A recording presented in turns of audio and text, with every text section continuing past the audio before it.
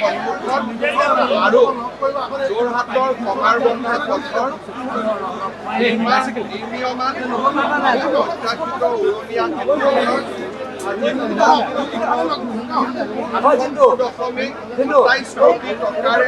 নিৰ্মাণ কৰা অনুদানযুক্ত এই উৰণ সেতুখনে দক্ষিণে মিছন হস্পিটেল গেটৰ পৰা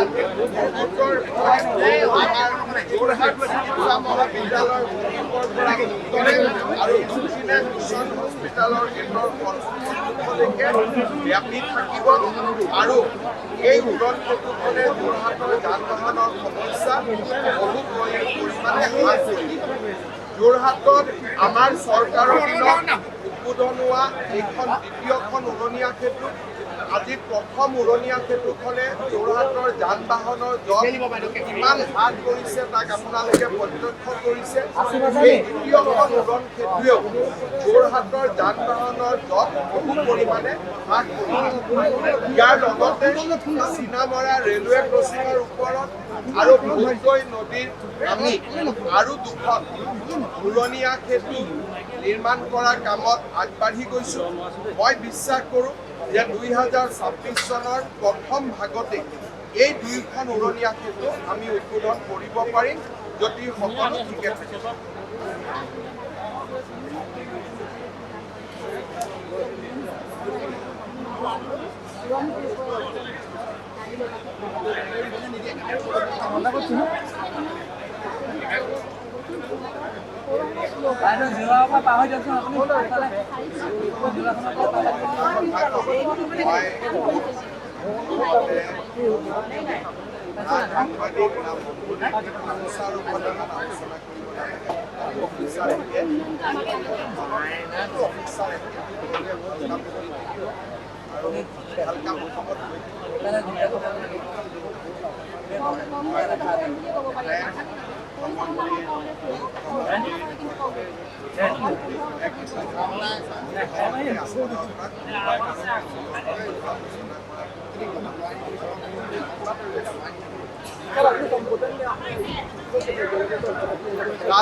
कल इसरो का वैज्ञानिक दल गुवाहाटी आए थे जो आसाम के लिए हम लोग एक सैटेलाइट का बात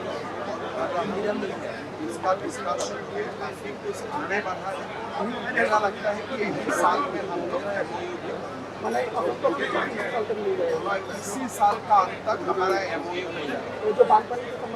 उसमें पूरा पहले हमको खबर मिल जाए कोई अगर कुछ ड्रग्स या कुछ व्यक्ति बांग्लादेश से आते हैं उनको भी हमारा कंट्रोल रूम में हम लोग पकड़ पाएगा। बात का बारे में आगे खबर निकल जाएगा।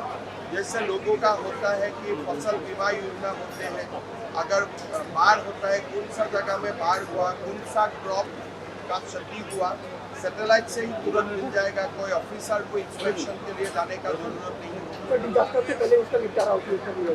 हाँ, मतलब हमको पहले खबर मिल जाएगा, फिर बाकी जो करना है अलग बात है, लेकिन सैटेलाइट का काम है खबर देना।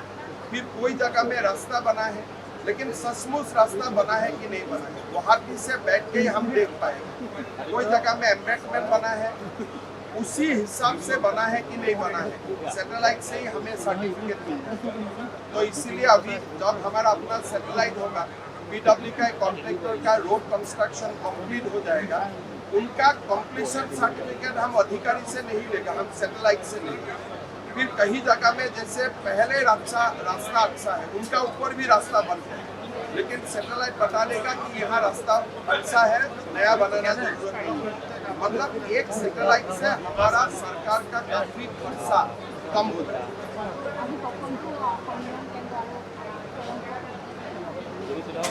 আজি যোৰহাটৰ বাবে এটা ভাল দিন। বিকাশৰ যাত্ৰাত আমি 1300 কোটি টকাৰ প্ৰকল্প যোৰহাটত আৰম্ভ কৰিছোঁ। আজি পিঠাবৰতো ৰাস্তাৰ কাম হৈ আছে, কমাৰবন্ধা ভোগকৈ পানী যোগান আঁচনি, ভোগকৈ লিগেচি ৱেষ্ট মেনেজমেণ্ট, যোৰহাটৰ বাবে পানী যোগান প্ৰকল্প, আজি সন্মিলন কক্ষ, অট'মেটিক টেষ্টিং চেণ্টাৰ আৰু এক প্ৰকাৰ ক'ব গ'লে যে 4খনকৈ উৰণীয়া সেতু যোৰহাটত কল্পনাও হয়তো আজিৰ পৰা 5 বছৰ আগত আমি কৰা নাছিলোঁ। আমি আগবাঢ়ি গৈ আছোঁ, আগবাঢ়ি গৈ থাকিম।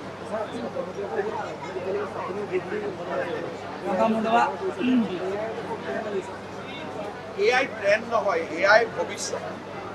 এতিয়া ছফ্টৱেৰৰো কাম নোহোৱা হ'ব, ইণ্টাৰনেটতকৈ ওপৰত গৈ AI হ'ব। গতিকে আমাৰ প্ৰচেষ্টা আছে AI কেনেকৈ আমি স্কুলৰ পৰা ল'ৰা ছোৱালীক শিকাব পাৰোঁ, আৰু AIৰ বিকল্প এতিয়া একোৱে নহয়।